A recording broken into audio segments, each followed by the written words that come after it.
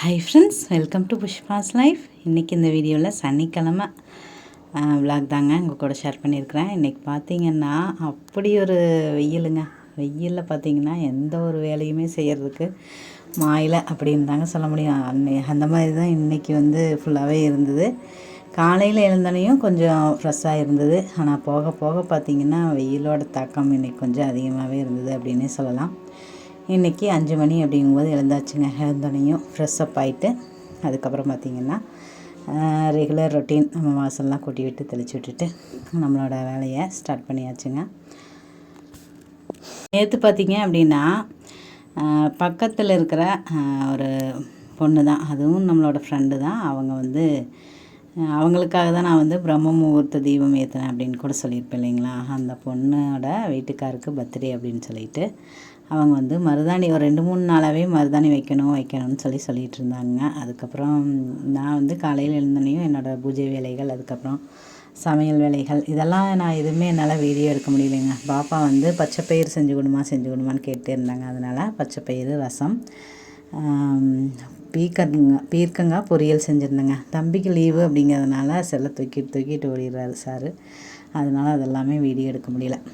பூஜை செஞ்சது மட்டும்தான் இந்த வீடியோவில் இருக்கும். அதுக்கப்புறம் பார்த்திங்கன்னா நான் சமையல் வேலையை முடிச்சுட்டு பீஸுமே நேற்று வந்திருந்தது. அதை தான் நான் இங்கே செம்பருத்தி செடிகளுக்கு பக்கத்தால் உட்காந்து வெட்டிகிட்டு இருந்தேன். அப்படி தான் போயிட்டுருந்தது. ஒரு சாயந்தரம் அப்படிங்கும்போது பார்த்திங்க அப்படின்னா இந்த மாதிரி மருதாணி பொறிக்கணும் அப்படின்னு சொல்லிட்டு இருந்தாங்க. சரின்ட்டு அவங்களுக்கு மருதாணி பொறிச்சு கொடுத்தேன். அவங்க பார்த்திங்கன்னா எனக்குமே கொஞ்சம் மருதாணி கொடுத்துருந்தாங்க. நானும் அதுக்கப்புறம் அபிக்குமே கொஞ்சம் கொடுத்துருந்தாங்க. அவங்க எல்லாருமே நேற்று மருதாணி வச்சுருந்தாங்க. அதுதான் பார்த்திங்கன்னா இன்றைக்கி ஒரு உற்சாகமான ஒரு விஷயம் அப்படின்னா இந்த மருதாணி தான். மருதாணி பொறிச்சு கொடுத்துருந்தாங்க. அதை இது நேற்று நடந்த விஷயம். இது வெள்ளிக்கிழமை நடந்தது. வெள்ளிக்கிழமை நைட்டே பார்த்திங்கன்னா மருதாணியெல்லாம் வச்சுருந்தோம். இன்றைக்கி பார்த்திங்கன்னா கையில் பார்த்திங்கன்னா பார்க்கும்போது காலையில் எழுந்தோன்னையுமே அவ்வளோ ஒரு நல்லா இருந்தது. அந்த அடிக்கிற உப்பசத்துக்கு பார்த்திங்கன்னா மருதாணியெல்லாம் போட்டாலும் கூட அந்த ஒரு இது தெரியல அப்படிங்கிற மாதிரி தான் இருந்தது. முதல்லையெல்லாம் பார்த்திங்கன்னா மருதாணி வச்சோம் அப்படின்னா அதை அப்படியே பார்த்துட்டே இருக்கும்போது அவ்வளோ ஒரு நல்லாயிருக்கும். அது வைக்கும் போதுமே பார்த்திங்கன்னா அவ்வளோ ஒரு கூலிங்காக இருக்கும். ஆனால் அந்த கூலிங் கூட தெரிஞ்சிக்காத அளவுக்கு அவ்வளோ ஒரு வெயிலுங்க. அந்த மாதிரி தான் இருக்குது. இந்த வெயில் தாங்கவே முடியல. நைட்டு பார்த்திங்கன்னா தூங்கவும் முடியல, தூங்கவும் முடியல. அப்படி ஒரு உப்பசமாக இருக்குதுங்க. அந்த ஓட்டு வீட்டில் பார்த்திங்கன்னா அப்படியே அந்த வெயிலை இழுத்து வச்சுட்டு அப்படியே நைட் ஃபுல்லாகவே உள்ளுக்குள்ளே அப்படியே ஒரு அனலாக இருக்கிற மாதிரியே இருக்குது. ஃபேன் எவ்வளவு தான் ஓடினாலும் பார்த்திங்க அப்படின்னா அந்த காற்று வரவே மாட்டேங்குதுங்க. அதனால் இவங்க அப்பா என்ன சொல்லிகிட்டு இருந்தாங்க அப்படின்னா ஏர் கூலர் ஒன்று வாங்கிடலாமான்னு சொல்லிகிட்டு இருந்தாங்க. ஒரு வேளை வாங்கணும் அப்படின்னா கண்டிப்பாக அடுத்தடுத்து வர்ற வீடியோவில் கண்டிப்பாக நான் ஷேர் பண்ணுறேன். நானுமே அப்படி தான் சொல்லிகிட்டு இருந்தேன். ஏர் கூலரெல்லாம் வாங்குறவங்க ஒரு 2-3 வருஷத்துக்கு முன்னாடி என்னோட இன்னொரு ஃப்ரெண்டு ஒருத்தவங்க அவங்களுக்கு வெயில் சேராது அப்படின்னு சொல்லி வாங்கியிருந்தாங்க. அப்போவெல்லாம் பார்த்திங்கன்னா ஏர் கூலரெல்லாம் வாங்கணுமா அப்படின்னு கூட எனக்கு தோணுச்சு. ஆனால் இப்போ பார்த்திங்கன்னா நம்ம வீடு எப்படி இருக்குது என்னங்கிறத விட ஏசி, ஏர் கூலர் இதெல்லாம் இருந்தால் தான் இப்போ இருக்கிற இந்த வெயிலை சமாளிக்க முடியும் போல் இருக்குதுங்க. அந்த மாதிரி தான் இருக்குது. ஏர் கூலரெல்லாம் வாங்கி வைக்கணுமா அப்படின்னு சொன்னால் இந்த வாயாலேயே ஏர் கூலர் வாங்கிடுங்க அப்படின்னு சொல்கிற அளவுக்கு ஆயிடுச்சு. காலம் பார்த்திங்க அப்படின்னா எப்படி தான் மாறுதுன்னே தெரியல. நாம் இருக்கிற இடத்துக்கு தகுந்த மாதிரி சில விஷயங்கள். அதுக்கப்புறம் பார்த்திங்கன்னா என்னோட ஃப்ரெண்டே தான் அந்த பொண்ணு என்ன சொல்லும் அப்படின்னா வெளிநாட்டிலலாம் பார்த்திங்க அப்படின்னா பாத்திரமெல்லாம் வாஷ் பண்ணுறக்கு மெஷின் வந்துருச்சுக்கா. அந்த மாதிரி நம்மளுக்கும் வந்ததுன்னா பரவாயில்ல. ஏன்னா நாங்கள் 2 பேருமே பார்த்திங்கன்னா அந்த பாத்திரம் வாஷ் பண்ணுறதை மட்டும் அதிகமாக போட்டு வச்சுருவோம். அந்த வேலைக்கு மட்டும் பார்த்திங்கன்னா ரொம்ப சேர்த்து வச்சுருவோம். அதனால் அவங்க அந்த மாதிரி சொல்லுவாங்க. எப்படிடா இந்த மாதிரியெல்லாம் யோசிக்கிற அப்படின்னு சொல்லி நானும் கூட கேட்டிருப்பேன். அவங்க என்ன சொல்லுவாங்கன்னா நம்ம தாக்கா இந்த மாதிரி எங்கள் ஊரில் பார்த்திங்கன்னா குண்டு சட்டிக்குள்ளே குதிரை ஓட்டுறது அப்படின்னு சொல்லுவாங்க. அந்த மாதிரி நாம் தான் அந்த மாதிரி ஒரு வட்டத்துக்குள்ளேயே இருக்கிறோம். ஆனால் பார்த்திங்க அப்படின்னா வெளிநாட்டிலெல்லாம் பார்த்திங்கன்னா அந்த இருக்கிற இடமும் சரி எல்லாமே அவ்வளோ ஒரு தூய்மையாக வச்சுக்கிறாங்க.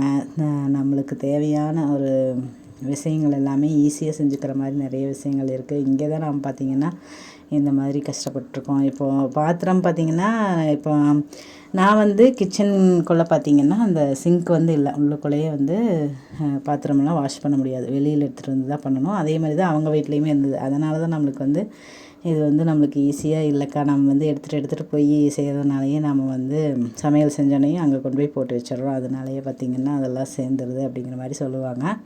அதெல்லாம் அவங்க சொல்லும்போது பார்த்திங்க அப்படின்னா எனக்கு கேட்குறதுக்கு ஆச்சரியமாக இருக்கும். இந்த மாதிரியெல்லாம் கூட செய்யலாமா அப்படின்னு தோணும். ஆனால் இனி வரப்போகிற காலகட்டத்தில் பார்த்திங்க அப்படின்னா அப்புறம் நான் நிறைய பேர் இப்போ வந்து பார்த்திங்கன்னா ட்ரெஸ் எடுத்தோம் அப்படின்னா அது வந்து பழசானாலும் வச்சுருப்போம், யாருக்காவது கொடுக்கலான்னு வச்சுருப்போம், இல்லைன்னா நம்மளே வந்து நம்ம அக்கா தங்கச்சிகளுக்கு கொடுக்கலான்னு சொல்லி வச்சுருப்போம். ஆனால் இப்போ இருக்கிற ட்ரெண்டிங், இவங்க அப்பா தான் அந்த விஷயத்தையுமே எனக்கு சொன்னாங்க. நான் பார்த்திங்கன்னா அவ்வளோ சீக்கிரம் ட்ரெஸ்ஸையெல்லாம் தூக்கி போட மாட்டேன். ஆனால் அவங்க என்ன சொன்னாங்க அப்படின்னா, வர ஃபேஷன் வந்து மாறிட்டே வந்துட்டுருக்கு, நாம் எடுத்து வச்சாலும் அவங்களுக்கு பிடிக்காம கூட போகும்னு சொன்னாங்க. அப்போ எனக்கு புரியல. ஆனால் இந்த சின்ன சின்ன விஷயங்கள்லாம் நடக்கும்போது புரியுதுங்க. இந்த ஓட்டு வீட்டில் நம்ம ஏசியா அப்படின்னு சொல்லி நான் என்னோடய ஃப்ரெண்டு வாங்கி வைக்கும்போது யோசித்தேன். ஆனால் இப்போ அடிக்கிற வெயிலுக்கு பார்த்திங்கன்னா எதையோ ஒன்று வாங்கி வைங்கப்பா, வீட்டுக்குள்ளேயே இருக்க முடியல அப்படிங்கிற மாதிரியான ஒரு சூழ்நிலையும் இருக்குது. அந்த மாதிரி ஒரு சில விஷயங்கள்லாம் சொல்லுவாங்க இல்லையா, தனக்கு வந்தால் தான் தெரியும் அப்படிங்கிற மாதிரி சொல்லுவாங்க இல்லைங்களா, அந்த மாதிரியான ஒரு ஃபீலிங் தான் எனக்கு இன்றைக்கி இருந்தது. அந்த மாதிரி நம்மளோட சூழ்நிலைகள் எல்லாமே பார்த்திங்கன்னா மாறிட்டு வருது. கடந்த காலம் மாறிப்போச்சு அப்படின்னு சொல்கிற மாதிரி எல்லாமே மாறிட்டு வருது அப்படிங்கிறதையுமே இன்றைக்கி பார்த்திங்கன்னா என்னோடய உணர்வுகள் வந்து இந்த மாதிரி தான் இருந்தது. நாம் வந்து பழைய மாதிரியெல்லாம் இருக்க முடியாது.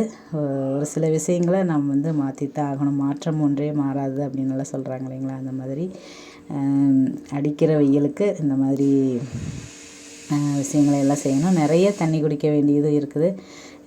வாங்கிறதுக்கு வசதி இருந்தது அப்படின்னா நாம் வந்து அந்த மாதிரியெல்லாம் வாங்கி யூஸ் பண்ணுறோம். வசதியெல்லாம் இல்லாமல் இருந்ததுன்னா நம்ம என்ன பண்ண முடியும்? அதுக்கு தகுந்த மாதிரி நம்மளோட சூழ்நிலைகளை எல்லாம் மாற்றிக்கணும் இல்லைங்களா. ஆனால் இப்போ இருக்கிற சூழ்நிலையில் பார்த்திங்கன்னா நம்மளுக்கு அடிப்படை தேவைகளை பூர்த்தி பண்ணுறோமோ இல்லையோ, அந்த வெயிலோட தாக்கத்துக்கும் சரி, அதுக்கப்புறம் இந்த மாதிரி எல்லா விஷயங்களும் செய்ய வேண்டியது தான் அவசியமாக இருக்குது அப்படின்னு நான் நினைக்கிறேன். இப்போது கேஸ் அடுப்புன்னு பார்த்திங்கன்னா எல்லாத்தோட வீட்லேயுமே இருக்கும். அது அத்தியாவசிய தேவையாகவே மாறிடுச்சு. முதல்ல எல்லாம் பார்த்திங்கன்னா அது விறகடுப்பில் தான் நாம் செஞ்சிட்ருப்போம். ஆனால் இப்போ யாருமே பார்த்திங்கன்னா விறகடுப்பில் செய்கிறாங்கன்னு சொல்ல முடியாது. நாம் எப்பாவது ஒரு தடவை நம்மளுக்கு டைம் இருக்கும்போது விறகடுப்பில் செய்கிற மாதிரி தான் இப்போ வந்து எல்லாத்தோட லைஃபுமே மாறிட்டு இருக்குது இல்லைங்களா. அதே மாதிரி தான் இந்த ஆட்டாங்கல்ல ஆட்டுறது, அம்மிக்கல்ல அரைக்கிறது, இதெல்லாமே இப்போ கொஞ்சம் கொஞ்சமாக மாறிட்டு வருது. அதே மாதிரியே இதுவும் ஒரு மாற்றமாக இருக்குமோ அப்படிங்கிற மாதிரியான இன்றைக்கி என்னோடய உணர்வுகள்லாம் இந்த மாதிரி தாங்க இருந்தது. அதுதான் கூட ஷேர் பண்ணேன். நீங்கள் இந்த வெயிலை எப்படியெல்லாம் சமாளிக்கிறீங்க அப்படிங்கிறதையும் கண்டிப்பாக கமெண்ட்ஸில் சொல்லுங்கள். அதை சமாளிக்கிறதுக்கு உண்டான டிப்ஸுமே உங்களுக்கு ஏதாவது தெரிஞ்சுன்னா சொல்லுங்கள். நான் என்ன பண்ணுறேன் அப்படின்னா, காலையில் எழுந்தோனையும் குளிச்சுட்டு பூஜை பண்ணுறேன்னா, இங்கே பாருங்கள் மருதாணி இன்றைக்கி வந்து நான் அரைச்ச மருதாணி கூட எனக்கு வந்து சிவக்கவே இல்லை. ஆனால் அந்த பொண்ணு அரைச்ச மருதாணி எனக்கு நல்லாவே சிவந்திருந்தது. நான் ரொம்ப நேரம் கூட வைக்கல, எப்பவும் போலயே 2 மணி நேரம் மட்டும்தான் வச்சுருந்தேன். அதுவே எனக்கு சிவந்திருந்தது. அது வந்து எனக்கு ரொம்பவே பிடிச்சிருந்தது. அதை தான் உங்கள் கூடயுமே நான் வந்து ஷேர் பண்ணுறேன். நான் என்ன பண்ணேன் அப்படின்னா, காலையில் பூஜை பண்ணும்போது ஒரு தடவை குளிக்கிறோம். அதே மாதிரி தூங்க போகிறதுக்கு முன்னாடியுமே ஒரு தடவை குளிக்கிறேங்க. அப்படி இருந்தும் கூட இந்த உப்பசம் வந்து தாங்கவே முடியல. சுடு தண்ணியில் இப்போ வந்து ரொம்ப பச்சை தண்ணியில் குளித்தாலுமே சளி பிடிச்சிருது. அதனால் லைட்டாக அந்த ஜில்லு தன்மை வந்து இல்லாமல் கொஞ்சம் வெகுன்னு வச்சுட்டு அதை வந்து பச்சை தண்ணியில் கலந்துட்டு பார்த்திங்க அப்படின்னா ரொம்ப கூலிங் இல்லாமல் ரொம்ப ஒரு சூடாகவும் இல்லாமல் அந்த மாதிரி தான் பார்த்துக்கிறேன்.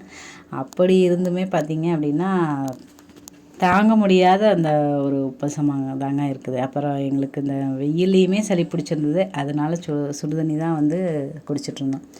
அதுவுமே பார்த்திங்க அப்படின்னா இந்த வெயிலுக்கு அந்த தண்ணியுமே எவ்வளோ குடித்தாலும் பார்த்திங்கன்னா தாகமே தீர்றதில்ல. அதனால் பச்சை தண்ணிக்கவே மாறிட்டோம், சுடு தண்ணி இல்லாமல்.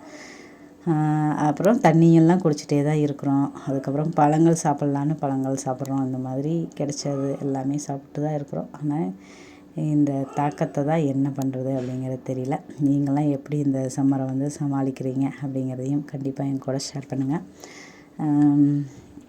அதுக்கப்புறம் நேற்று போட்டிருந்த பதிவில் பார்த்திங்க அப்படின்னா, இழப்பு என்பது எவ்வளோ ஒரு இதானது அப்படிங்கிற மாதிரி கொடுமையானதுங்கிற மாதிரி சொல்லியிருந்தேன். அதில் நிறைய விஷயங்கள் வந்து ஷேர் பண்ணியிருந்தேன். நம்மளோட ஃபேமிலியில் இருக்கிற ஃப்ரெண்ட்ஸ் எல்லாருமே என்னோடய வீடியோஸ் எல்லாம் பார்க்குறீங்களா என்ன அப்படிங்கிறது எனக்கு தெரியல. கண்டிப்பாக யார் இந்த வீடியோவெல்லாம் பார்த்தாலுமே கண்டிப்பாக உங்களோட கருத்து என்ன அப்படிங்கிறத கண்டிப்பாக கமெண்ட்ஸில் ஷேர் பண்ணுங்கள். ஏன்னா நீங்கள் கொடுக்குற அந்த கமெண்ட்ஸ் தான் பார்த்தீங்க அப்படின்னா எனக்கு ஒரு மோட்டிவேஷனாக இருக்கும். அதனால் கண்டிப்பாக கமெண்ட்ஸில் ஷேர் பண்ணுங்கள்.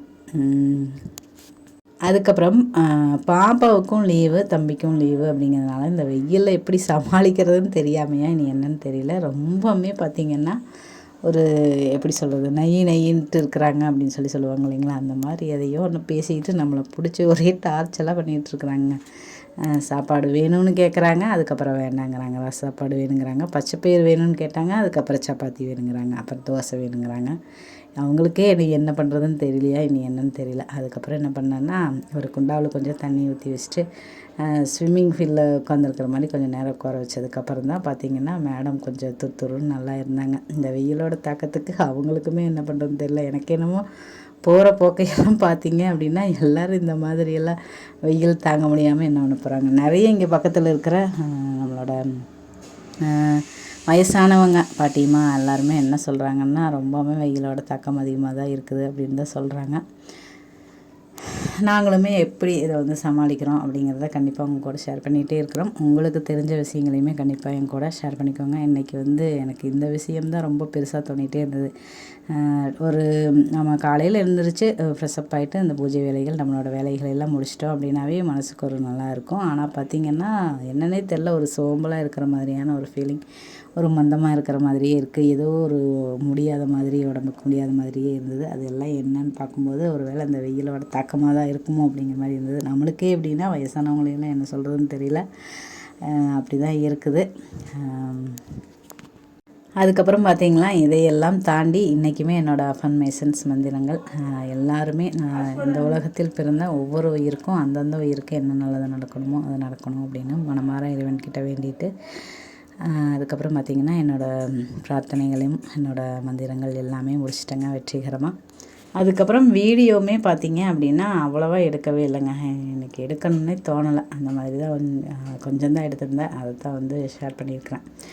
ஓகே ஃப்ரெண்ட்ஸ், இந்த பதிவு உங்களுக்கு பிடிச்சிருக்கும் அப்படின்னு நான் நம்புகிறேன். மீண்டும் ஒரு நல்ல பயனுள்ள பதிவுடன் நாளை உங்களை சந்திக்கிறேன். அதுவரை உங்களிடமிருந்து விடைபெறுவது நான் உங்களுடைய அன்புள்ள தோழி புஷ்பா. இந்த வாழ்க்கை நமக்கும் நம்மளை சுற்றி இருக்கிறவங்களுக்கும் மகிழ்ச்சியவே தரட்டுங்க. தேங்க்ஸ் ஃபார் வாட்சிங் ஃப்ரெண்ட்ஸ். தேங்க்யூ.